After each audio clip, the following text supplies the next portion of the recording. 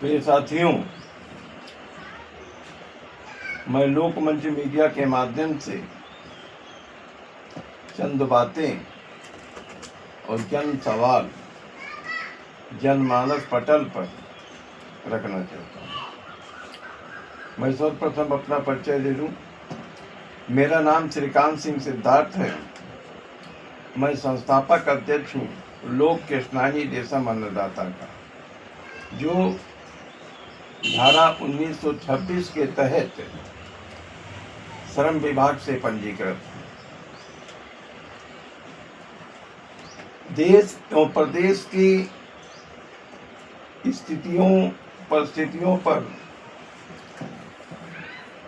गहन अध्ययन विचार करने के पश्चात दिनांक 3 मई 2026 को डीएस कॉलोनी सेक्टर सी कुर्सी रोड लखनऊ में एक आवश्यक बैठक आयोजित की गई। आम सभा की बैठक में सभी सदस्यों ने हमारे देश एवं प्रदेश की परिस्थितियों पर चिंता व्यक्त करते हुए कहा कि सबका साथ सबका विकास, समाज सेवा, किसानों, दलितों, महिलाओं को इंसाफ दिलाने की घोषणाएं करने वाली व्यवस्थाएं या सरकार फिर भी हमारे देश एवं प्रदेश में कहीं नारी का उत्पीड़न होता है, महिलाओं के साथ बलात्कार होता है, किसानों की भी समस्याएं दिन प्रतिदिन बढ़ती ही जा रही हैं। गैस सिलेंडर की स्थिति क्या है देश में छिपी नहीं है। पेट्रोल का भी दाम आप लोग देख ही रहे हैं। लोकतंत्र भी खतरे में है। देश एवं प्रदेश में जन भावनाओं का भी राज्य सरकार, केंद्र सरकार आदर नहीं कर रही है। इन सारी समस्याओं के प्रति चिंता व्यक्त करते हुए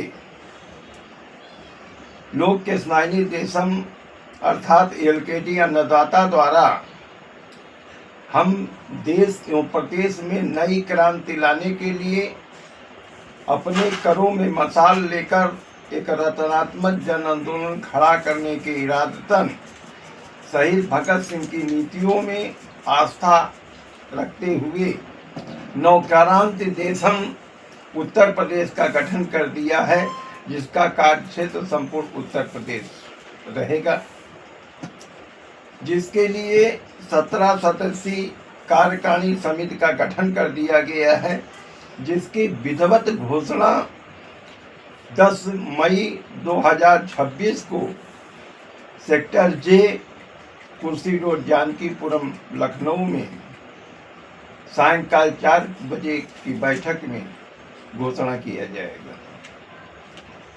सवाल खड़ा होता है कि लोकतंत्र हमारे देश में है अथवा नहीं। लोकतंत्र की परिभाषा होती है कि जन भावनाओं के आधार पर व्यवस्था स्थापित करना। आज संपूर्ण देश में विपक्षी दल, नेता विरोधी दल, तमाम समाजसेवी संगठन, किसान आंदोलन में रत सामाजिक संगठन, जनसेवी व्यक्ति, बुद्धिजीवी वर्ग एक ही बात कह रहे हैं कि हमारे देश में ईवीएम प्रणाली जो चुनाव की है, इसको समाप्त करके पूर्व की भांति बैलेट पेपर पे कराया जाए। उसके बावजूद केंद्र सरकार, चुनाव आयोग जन भावनाओं का आदर न करते हुए अपनी दबंगई के बल पर जन भावनाओं की हत्या करके ईवीएम के माध्यम से चुनाव करा रही, जिससे निरंतर जब जब हमारे प्रदेश में और केंद्र में चुनाव होता है तो विपक्षी गण का एक ही नारा होता है कि ईवीएम में घोटाला करके सरकार बना ली गई।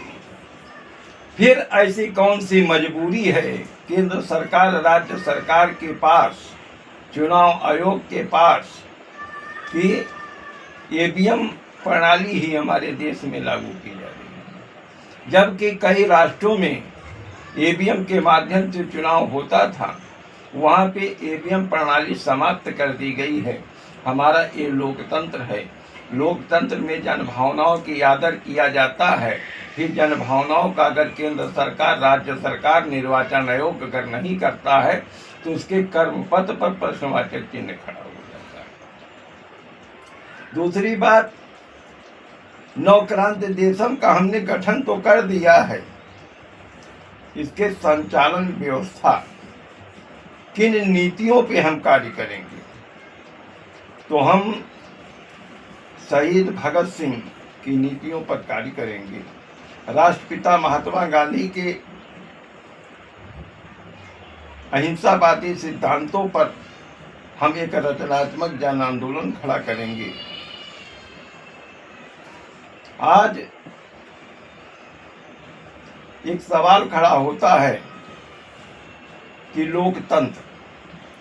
लोकतंत्र में सभी संप्रदाय के सभी वर्गों की भागीदारी सुनिश्चित की जानी चाहिए,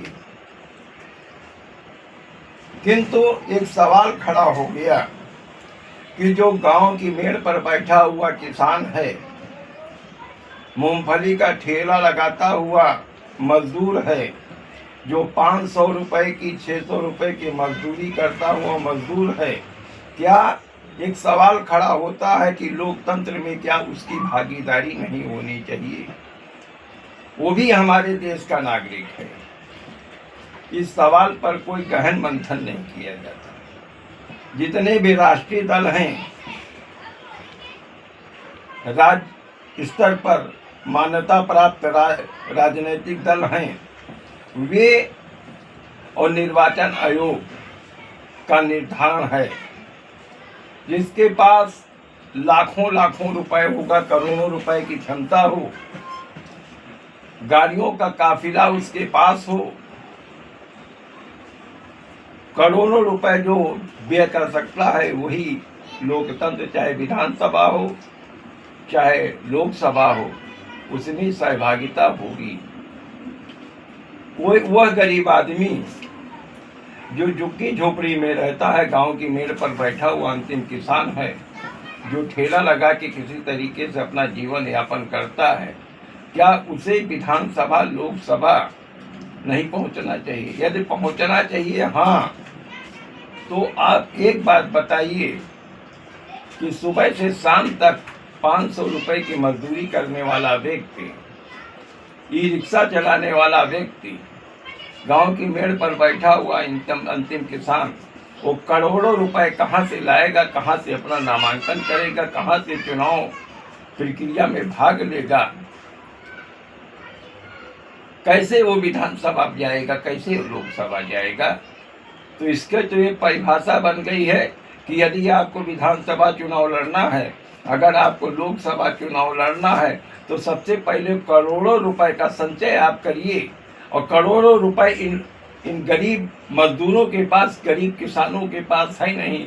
तो ये लोकतंत्र, इस भारत के लोकतंत्र में जो पूंजीपति व्यवस्था है, वही विधायक बन सकते हैं, वही सांसद बन सकते हैं। इन गरीबों को केवल मत देने का तो अधिकार है, लेकिन संसद भवन और विधान भवन में जाने का अधिकार नहीं है, क्योंकि 25,000 रुपए विधानसभा के लिए जमानत राशि जमा करनी है, और 25,000 रुपए वो तलाश रहा कि कहीं मिल जाए तो मैं सड़क पर जो है एक कोई फुटपाथ पर एक कोई रेवड़ी लगा लूं या कोई सब्जी की दुकान लगा लूं तो मेरी जीविका चले।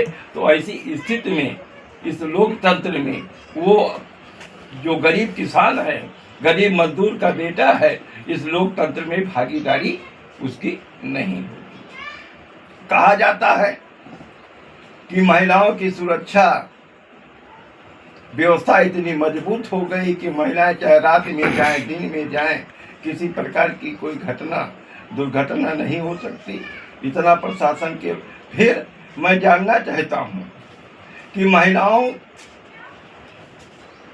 के साथ अपराध हो क्यों रहा है। अभी विगत दिनों पूर्व 27 अप्रैल को फैजाबाद की जनपद की एक महिला को उसकी सास ने और उसके देवर ने, उसके पति ने उसको जला के मार दिया, जिसकी मेडिकल कॉलेज में 2 अप्रैल को लगभग 12 बजे उसका देहांत स्वर्गवास हो गया। दहेज के नाम पर हत्या उस महिला की हो गई। दहेज के नाम पर महिलाओं की हत्याएं हो रही इस देश में। महिलाओं के साथ व्यभिचार हो रहा है इस देश में। गैस सिलेंडर मिल रहा है हजारों में इस देश में। छोटे किसानों की भूमि पर भूमाफिया कब्जा कर रहा है इस देश में। और आप कह रहे हैं कि लोकतंत्र जिंदा है, लोकतंत्र के हम पुजारी हैं, लोकतंत्र की हम रक्षक हैं। इन्हीं सारे सवालों को लेकर हम एक रचनात्मक जन आंदोलन करेंगे। हमारे हिंदुस्तान में 5 विचारधाराएं हैं। एक गांधीवादी विचारधारा है, जिसकी राजनीतिक पार्टियां हैं, सामाजिक संगठन है जो देश में क्रियाशील हैं। एक समाजवादी विचारधारा है, उस पे भी राजनीतिक दल है, सामाजिक संगठन है जो क्रियाशील है।